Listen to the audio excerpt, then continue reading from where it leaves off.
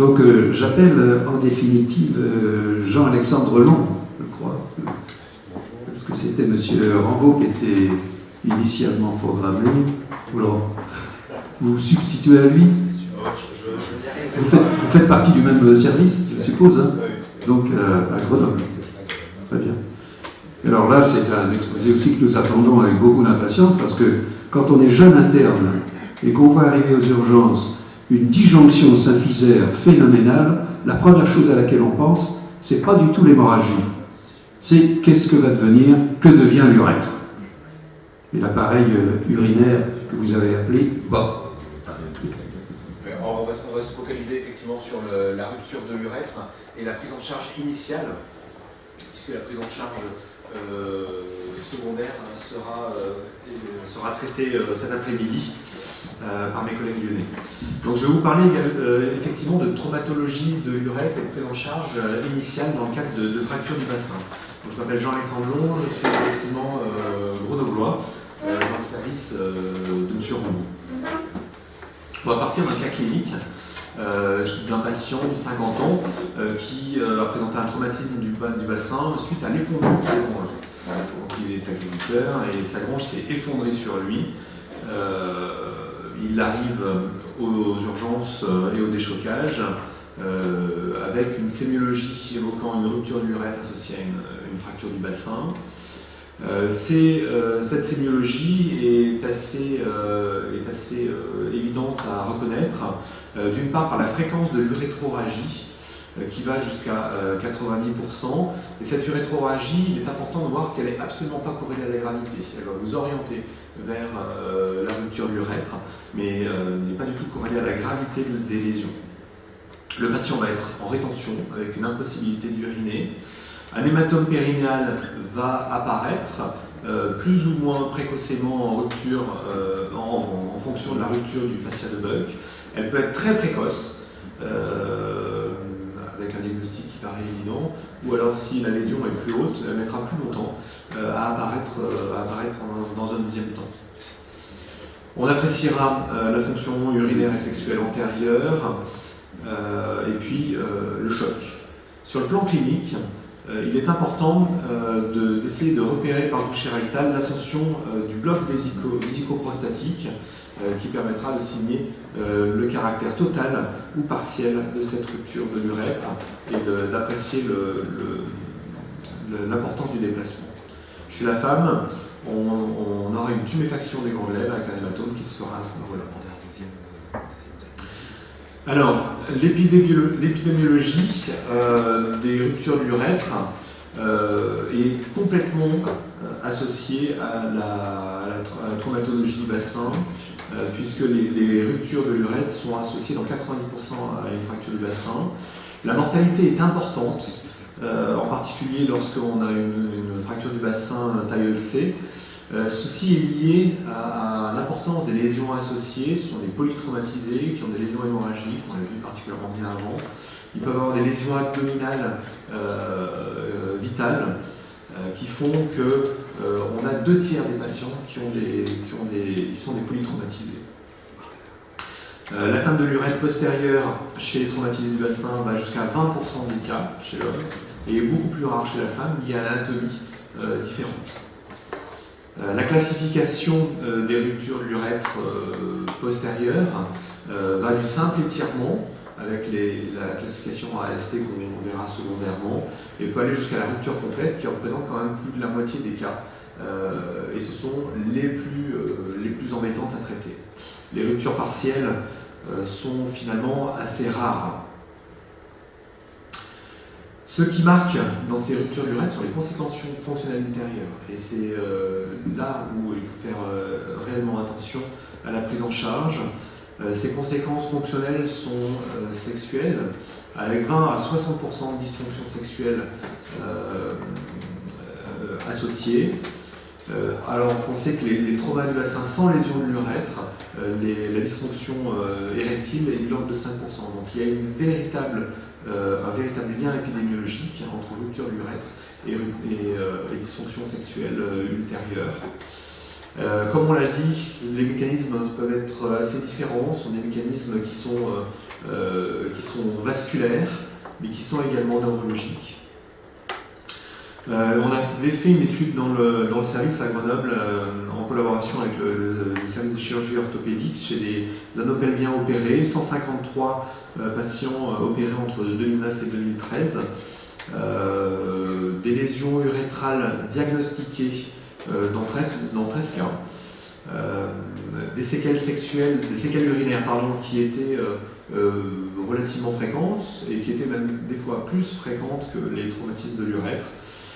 Et les troubles de l'érection, donc on voit sur les 153 anopelviens opérés, 21 patients avaient des troubles de l'érection par la suite. Alors le cas clinique de notre patient qui est arrivé, alors je pense qu'il vaudrait mieux que je laisse commenter des orthopédistes ou des radiologues ce scanner du bassin avec donc une grosse disjonction postérieure, un déplacement et également une disjonction antérieure notable.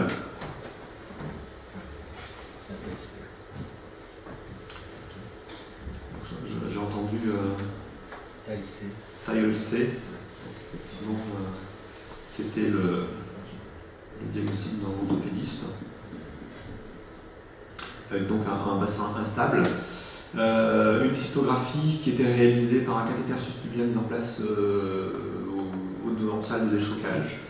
Donc pas de mise en place de sonde vésicale devant un traumatisme de l'urètre, une suspicion en tout cas de traumatisme de l'urètre postérieur.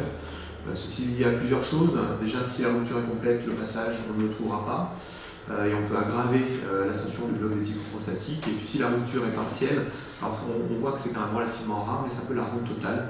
Et on perd donc ce fil d'Ariane avec cette urètre postérieure qui relie l'urètre postérieur et le bloc vésico-prostatique. Donc cystographie, absence de possibilité d'uriner chez ce patient. Le patient est d'abord orienté pour une prise en charge orthopédique, il est complètement stabilisé. Donc on a déjà vu la classification de Tilleul, on a parlé d'instabilité horizontale et verticale, et la nécessité de stabiliser ces bassins. Ce patient il a bénéficié d'une ostéosynthèse par plaque de la symphyse pubienne, et un lissage sacroïde à gauche par voie percutanée. Et ensuite, on prendra la décision sur la prise en charge de l'urètre. Je ne vais pas parler de traumatisme de vessie, parce que c'est relativement simple, mais juste pour vous dire qu'on a une collaboration avec nos orthopédistes qui fait que, en cas de rupture de vessie, par exemple, et lorsque le bassin doit être synthésé, les orthopédistes nous appellent systématiquement pour aller fermer la rupture de vessie et mettre quand même le matériel. Même en cas de rupture de vessie, ce qui était, je crois, un dogme initial de ne pas mettre de matériel au contact d'une plaie avec de l'urine potentiellement infectée. Donc là, c'est quelque chose qu'on fait très régulièrement et les patients passent très rapidement du fixateur externe à une synthèse. Alors l'UCRM, après, donc l'UCRM c'est l'urétrocystographie rétrograde émictionnelle. Elle est réalisée chez un patient conscient. L'objectif étant de faire uriner le patient et de voir s'il existe une rupture de l'urètre postérieur et surtout de visualiser l'importance du défect qu'il existe entre l'urètre et puis le bloc vésico-prostatique. Donc l'UCRM initial a été réalisé, donc une cystographie par l'intermédiaire du cathéter suspubien et une opacification rétrograde par une sonde mise en place juste dans la fossette naviculaire. Et on voit très clairement que le patient n'arrive pas à uriner, première chose, et qu'il existe un défect important entre la vessie et puis la prostate qu'on imagine en dessous, et puis l'urètre bulbaire qui s'interrompt rapidement. La classification en cours, c'est la classification AST, elle est extrêmement simple.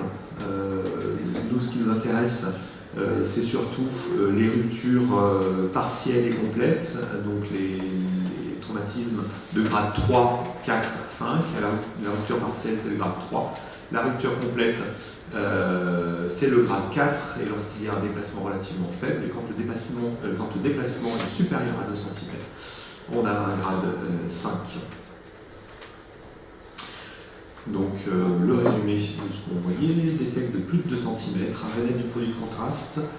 On voit ici un petit passage dans l'urètre prostatique, et puis plus rien du tout, pas de miction possible. Donc l'UCRM permet d'apprécier le caractère complet ou non de la rupture, de situer la topographie de la lésion, et surtout évaluer l'importance de l'ascension du bloc vésico-prostatique.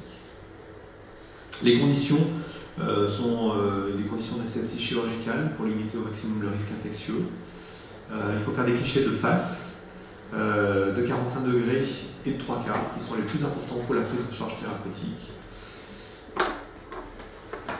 Et donc chez ce patient, la question est: quelle prise en charge proposez-vous une fois le bassin stabilisé? Nous sommes dans les premiers jours post-opératoires, la synthèse a eu lieu rapidement.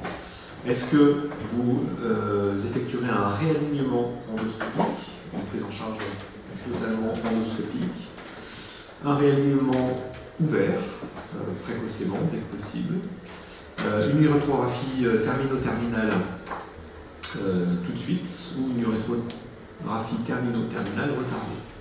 Alors là, on va clairement pousser dans les débats de la prise en charge de ces patients, et en particulier quel est l'intérêt du réalignement endoscopique. On sait que les réalignements précoces sont grévés d'une morbidité sexuelle et urinaire sur la continence qui est très importante, qui fait qu'on réserve la prise en charge des traumatismes de l'urètre initialement en chirurgie que dans les traumatismes ouverts, pénétrants. L'urétrographie termino-terminale, c'est de manière identique. La prise en charge chirurgicale se fait de manière retardée. Et la place est au réalignement endoscopique dans les 10 jours. Or, on sait que les meilleurs résultats vont vers la prise en charge retardée par urétrographie termino-terminale de ces traumatismes de l'urètre postérieur. Ça se fait à distance du traumatisme, donc il faut imaginer un patient qui a en 3 mois son cathéter suspubien. Et ça permet d'avoir le moins important taux de resténose en comparaison au réalignement endoscopique, le taux d'impuissance qui est le plus faible également, avec des taux d'incontinence qui sont relativement faibles également.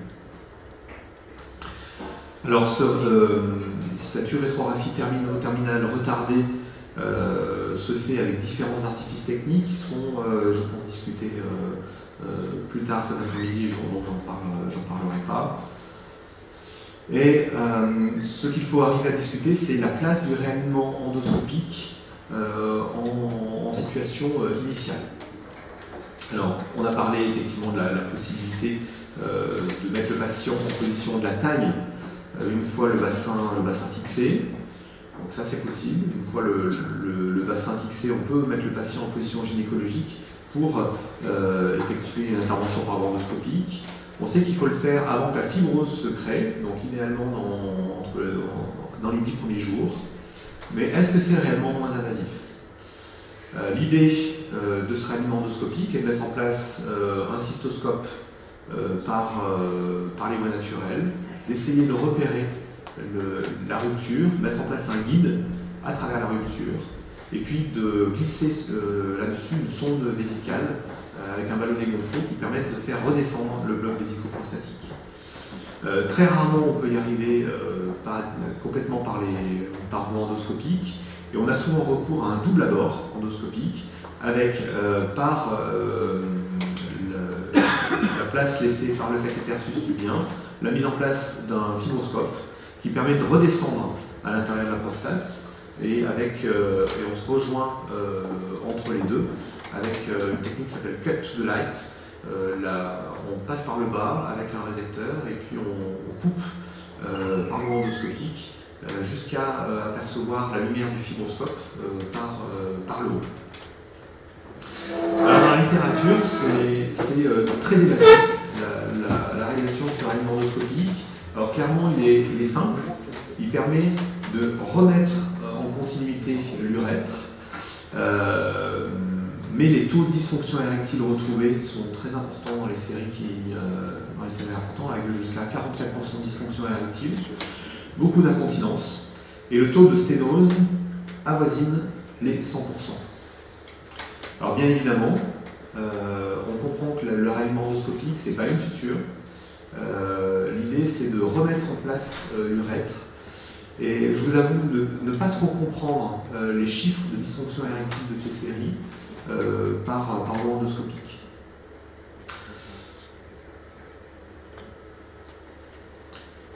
Alors, ces techniques endoscopiques ont l'avantage, en tout cas dans notre série, de pouvoir remettre en continuité l'urètre et de retrouver plus facilement l'urètre pour une urétrographie termino-terminale retardée. Voici l'algorithme publié dans l'ENC sur les ruptures de l'urètre postérieure. Alors, on est dans le cas d'une rupture de l'urètre postérieure complète, fermée, ce qui est très net, enfin, le plus souvent le cas. Quand il n'y a pas de lésion vésicale associée, on met en place un cathéter suspendu en urgence, et c'est donc l'idée principale. On peut avoir recours au réalignement endoscopique qui permettra de réaligner l'urètre, de faciliter une chirurgie secondaire, ou même peut-être utilisé comme un seul traitement avec un risque de resténose par contre qui est extrêmement important. Et la technique de référence reste l'urétroplastie ou l'urétrographie termino-terminale différée, réalisée 3 mois après la chirurgie. Alors ce patient, il a eu une urétrographie termino-terminale différée, sans réalignement endoscopique, avec une ICRM de contrôle réalisée 1 mois après la chirurgie qui retrouve un urètre parfaitement en continuité, un patient plutôt satisfait. Alors satisfait pas sur le plan sexuel, puisqu'il a une dysfonction sexuelle totale, une dysfonction érectile. Bien évidemment, il faut rééduquer ces patients pour éviter la fibrose des corps caverneux, avec des injections intracaverneuses, pour éviter l'évolution vers une dysfonction érectile définitive. Le patient a présenté ensuite une sténose courte sur la zone anastomotique qui a été traitée donc, avec une UCRM retrouvant l'aspect de sténose, traitée par mieux. Alors la question c'est comment traitez-vous ce patient qui présente une sténose récidivante après une urétrographie terminale? Est-ce que vous y allez par voie endoscopique? Est-ce que vous y allez est-ce que vous faites une urétroplastie avec un élargissement de votre urètre postérieur et la mise en place d'un lambeau de muqueuse buccale? Est-ce que vous faites une non-transiting urétroplastie qui consiste à ne pas mettre en place de patch, mais de refermer l'urètre dans l'autre sens pour élargir l'urètre postérieur? Ou est-ce que vous mettez en place un stent urétral? Bon, là j'ai appuyé un peu trop vite, mais bien évidemment sur une sténose courte, le traitement endoscopique reste la priorité, avec un taux de resténose possible qui est assez important. Là, c'est donc un premier essai. Et donc ce patient revient 6 mois plus tard avec de nouveau une sténose qu'on confirme par une fibroscopie. Alors que pouvez-vous de nouveau proposer? Donc les mêmes choix, urétrotomie interne, urétroplastie avec lambeau de muqueuse buccale, non-transiting urétroplastie ou un stent urétral. Les stents urétraux ne sont pas une bonne solution. En urologie, les stents marchent relativement peu. Les calcifications se font dans le stent. Donc il faut avoir des solutions qui sont plus définitives. On peut soit refaire une urétrotomie interne, mais sinon il vaudra mieux aller assez rapidement sur une urétroplastie, soit avec un lambeau de muqueuse buccale, soit une non-transiting urétroplastie. Et à ce moment-là, s'adresser plutôt à des centres experts. Le résultat post-opératoire après non-transiting urétroplastie avec un patient qui va bien pour le moment. Alors, il faut voir qu'en conclusion, les traumatismes de l'urètre postérieur surviennent généralement chez des patients jeunes qui ont un haut risque vital immédiat, ils sont polytraumatisés, et la priorité est clairement sur la prise en charge des lésions associées, et puis le traumatisme du bassin, fréquemment hémorragique. Donc on a vu tout ça préalablement. Par contre, les conséquences fonctionnelles à long terme sont désastreuses chez ces patients souvent jeunes avec des troubles sexuels qui peuvent handicaper réellement leur futur. Et puis des conséquences urinaires très gênantes. D'une part la continence, qu'on pourra toujours arriver à gérer avec différents procédés, aller éventuellement jusqu'au sphincter artificiel. Mais des stéloses itératives qui peuvent réellement dégrader complètement la qualité de vie de ces patients. Donc il est important de souligner la prise en charge multidisciplinaire, et on l'a vu là au cours de cette matinée. Insister sur le fait que l'urétroplastie différée est la technique de référence chez ces patients qui ont une rupture de l'urètre postérieure, qu'elle doit s'effectuer après une période d'au moins 3 mois pour avoir une régulation complète des hématomes et des zones de fibrose, qu'on peut s'aider éventuellement d'un réalignement endoscopique primaire, mais dont les données de la littérature montrent que l'efficacité est relativement faible. Ensuite, il faut voir que vu la rareté de ces traumatismes, la learning curve est importante, et il est important d'adresser les patients à des centres experts pour avoir une stratégie qui relève vraiment de centres spécifiques à la chirurgie du urètre. Je vous remercie.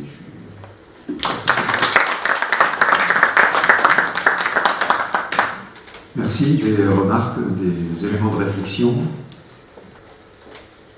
Oui, merci vraiment de ton exposé, qui vient d'un centre où il y a une très bonne expérience. J'ai plusieurs réflexions. C'est par rapport à la réparation différée. C'est clair, on est comme dans le cas des radiologues, où finalement c'est une chirurgie qui est très difficile, et c'est pas possible d'imaginer pouvoir le faire en urgence et disposer d'un opérateur très expérimenté. Et donc je pense que c'est aussi une des raisons supplémentaires pour lesquelles on fait de la réparation différée. Donc c'est à la fois parce qu'on a fixé les lésions, l'hématome a disparu, on est dans un tissu qui n'est pas plus favorable, c'est souvent quand même beaucoup plus difficile, mais on a un opérateur de grande qualité, on fait ça la journée en dehors du contexte de l'urgence.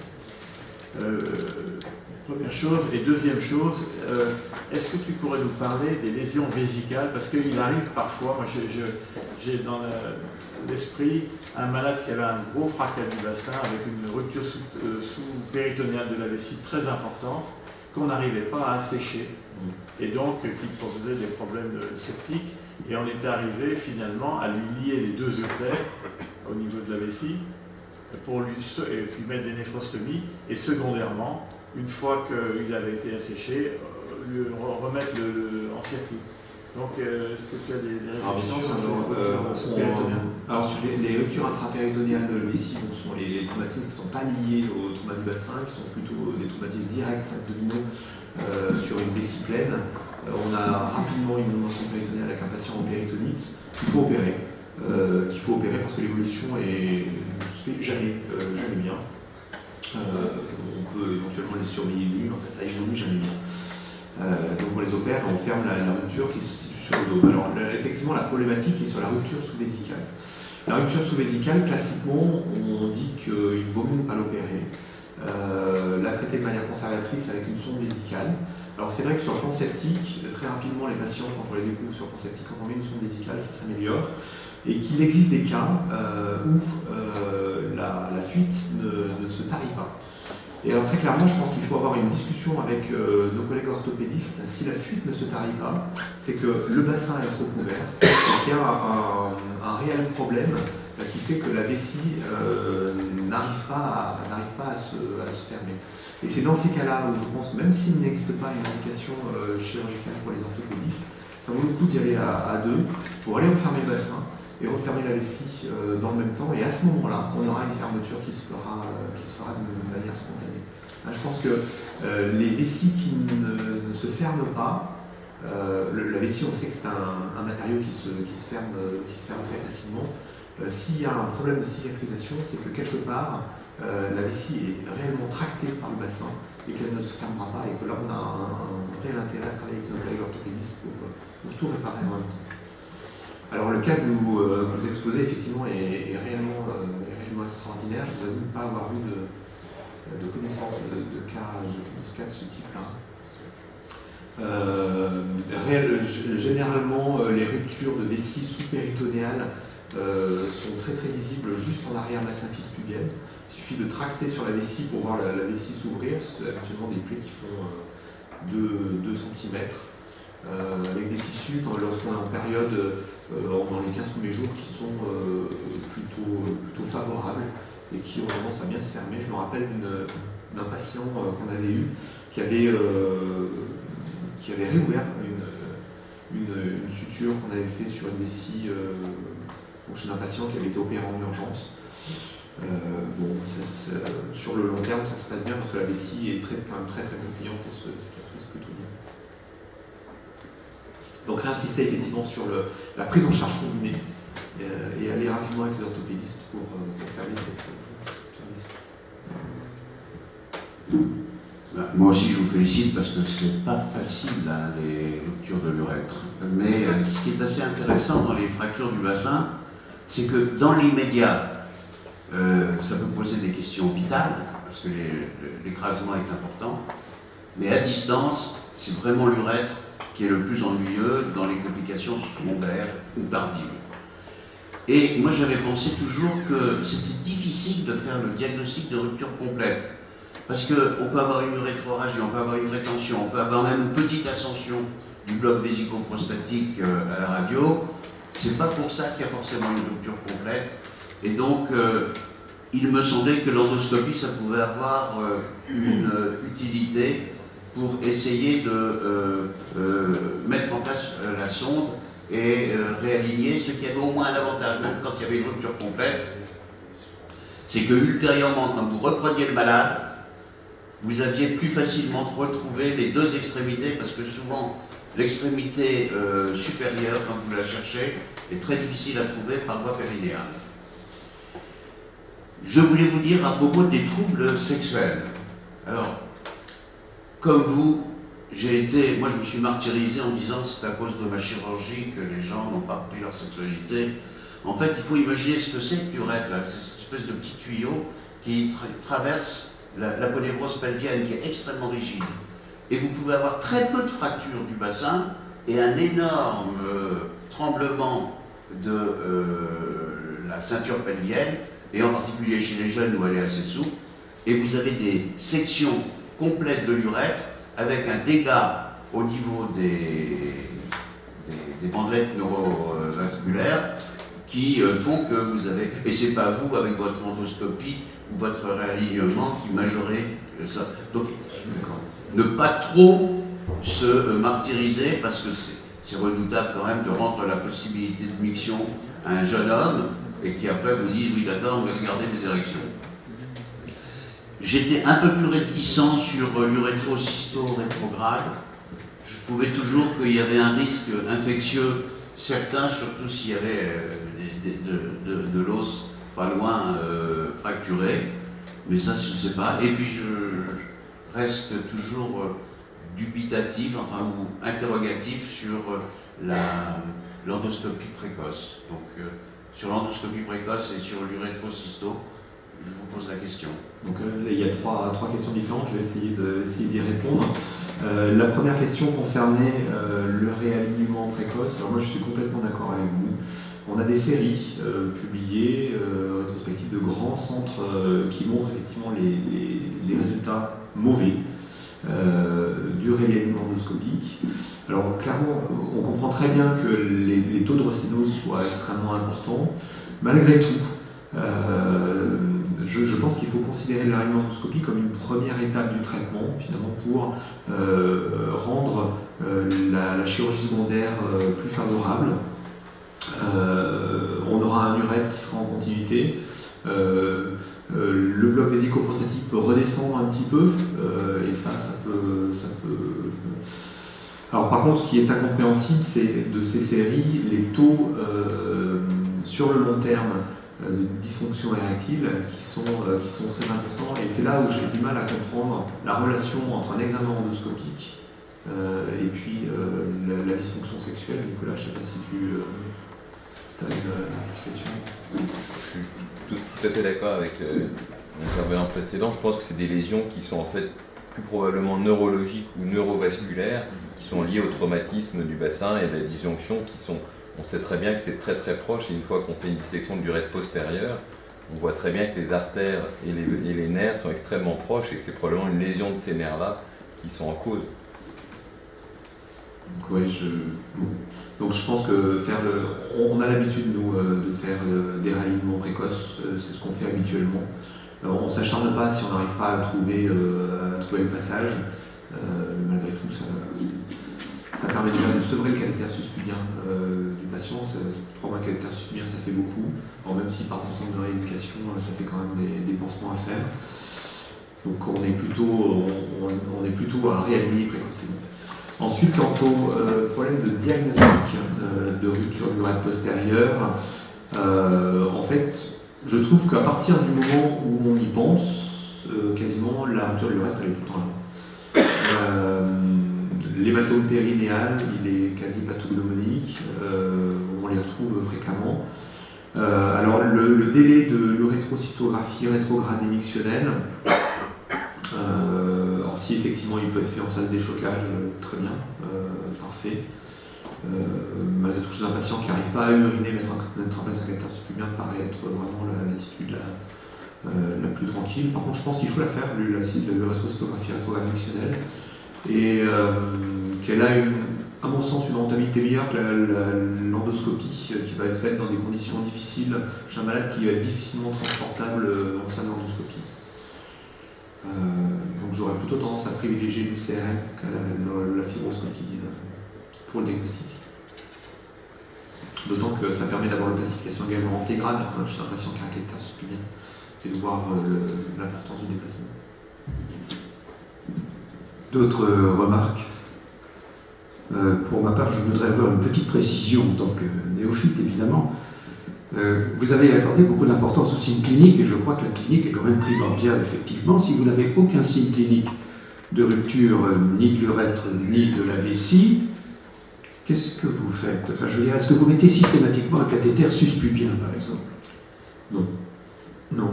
Alors, quand les réanimateurs nous demandent, on vient mettre la sonde urinaire, donc on tente de la mettre. Si elle monte sans problème, on met une sonde vésicale. Et en fait, je pense qu'on a des réanimateurs qui sont plutôt bien éduqués et qui nous appellent assez rapidement pour aller mettre une sonde si on a un doute. Mais s'il n'y a aucun signe clinique, je pense qu'on peut sans arrêt penser mettre en place une sonde vésicale chez un patient traumatisé. D'accord. Parce qu'on nous disait assez souvent, surtout pas de sonde, même s'il n'y a pas de signe clinique, préférez mettre un cathéter suspudien. Donc vous êtes un tout petit peu plus large d'indication. Plus nuancé. Alors, deuxième situation, effectivement, on a des signes cliniques, ça saigne, il y a un hématome périnéal. La solution, enfin, l'attitude idéale, c'est cathéter suspudien et urétrocystographie en urgence. Enfin, je veux dire dans les 24 heures. L'urétrocytographie, oui, n'est pas nécessaire immédiatement. Pas tout de suite. Il n'y a pas d'urgence à traiter une lésion de l'urètre. Si éventuellement vous voulez faire un réalignement endoscopique, il faut le faire avant que la fibrose se soit installée. Ça va être 10-15 jours. Donc vous avez 10-15 jours où vous pouvez traiter toutes les lésions associées. Et puis ensuite s'occuper de l'urètre. Donc non, l'urgence n'est pas du tout à l'urétrocytographie. Donc parce que là, notre session est quand même dédiée aux 24 premières heures, hein, c'est-à-dire la prise en charge immédiate. On verra ça le reste de cet après-midi. Il y a finalement assez peu de gestes à faire. Je reconnais deux situations. Le cathéter suspudien quand il y a des signes cliniques, n'est-ce pas? Et puis alors, la réparation de la vessie quand vraiment on a un syndrome péritonéal aigu, et encore. Alors j'ai retenu aussi que la réduction de la fracture du bassin, notamment le cisaillement, réduit le bloc, ce que vous avez appelé le bloc vésico-prostatique, et peut permettre des cicatrisations spontanées de la vessie. De la vessie, oui, tout à fait. Oui, complètement. Ah, c'est intéressant. Bon. Dernière petite question. En tant que vieil interne, nous étions habitués à faire des touchés rectaux. J'ai vu que vous l'aviez signalé, c'est tout à fait intéressant. Comment ça se présente un toucher rectal avec un bloc prostatique ascensionné? On n'arrive pas à le toucher ou il est au bout de doigt? On le sent au bout de doigt. On le sent au bout de doigt. Alors, il faut pouvoir le faire. Chez des patients qui sont des chocages, c'est pas forcément, c'est pas l'urgence. Oui. Et ça, c'est assez caractéristique de ces grandes fractures par cisaillement vertical. Oui, alors enfin, les cisaillements soit horizontaux, soit verticaux. Très bien. Merci. D'autres remarques? Philippe Adam. Vous parlez de centre expert de l'urètre, il y a une cartographie nationale sur le centre expert. Ça, c'est l'autoproclamation des centres experts. Il n'y a pas de centre expert validé en chirurgie du rectum, par exemple, pour être envisagé, mais je sais que sur Lyon, ils ont une grande expérience. Sur Grenoble, on essaye le nombre de patients à traiter. Voilà. Mais il y a plein de gens qui font bien. Ouais, la chirurgie du l'urètre s'est perdue, en fait. Avec le développement de l'endoscopie, les chirurgies de l'urètre et les abords urétraux se sont perdus avec le temps. Il y a très peu de centres en France qui maîtrisent l'abord urétral. Ça revient.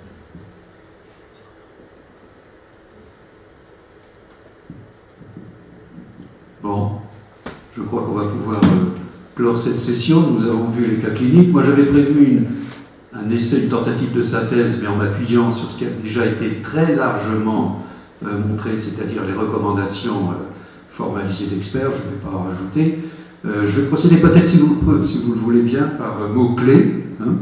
Pour l'évaluation, il y a quand même l'importance de la clinique. La clinique pour voir s'il y a une lésion urinaire, pour voir simplement sur un polytraumatisé s'il y a une éventuelle lésion du bassin. Et puis tout a tourné autour de ces concepts de stabilité et d'instabilité, à la fois sur le plan hémodynamique et mécanique.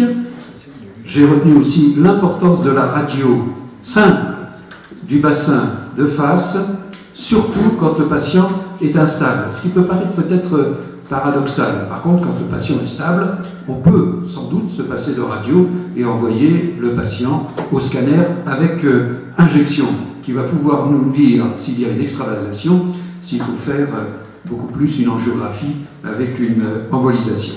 Le TR, bien entendu, quand on a des signes cliniques de rupture du bas appareil urinaire. Et puis pour la prise en charge, eh bien, je retiens toujours les mêmes termes qui sont des concepts, réduction, stabilisation. Alors la réduction de la fracture qui réduit non seulement la fracture elle-même, mais aussi le saignement, notamment veineux.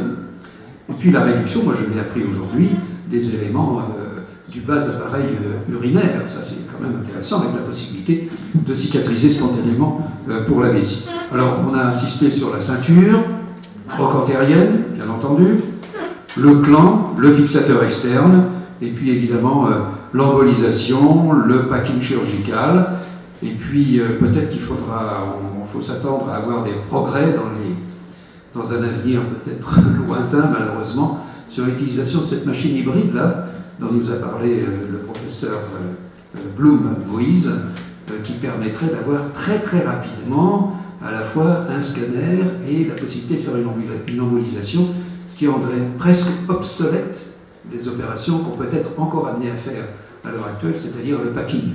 Alors je ne parle pas des conditions dans lesquelles vous pouvez être amené à opérer, messieurs du service de santé des armées, mais en pratique civile en tout cas, on peut s'attendre à des progrès.